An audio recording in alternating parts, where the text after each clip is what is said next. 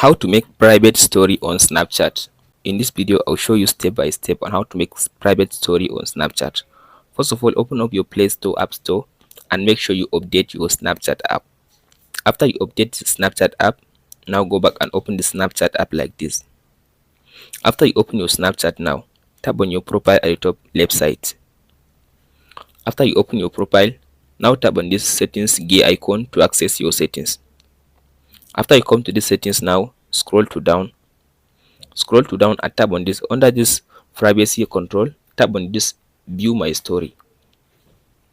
In this section now, here it says who can view my story. So now it's set to only friends. So now only your friends can be able to see your story. If you want to block some of your friends from viewing your story, you can tap on this custom button. In this section, you can be able to see all your friends. You can go ahead and select the friends that you don't want them to view your story. After you select the friends, you can tap on this block button. So now these friends cannot be able to see your story if you post. So now you can go ahead and post your story by blocking some people that you don't want them to view your story. That's it, guys, on how to make a private story on Snapchat.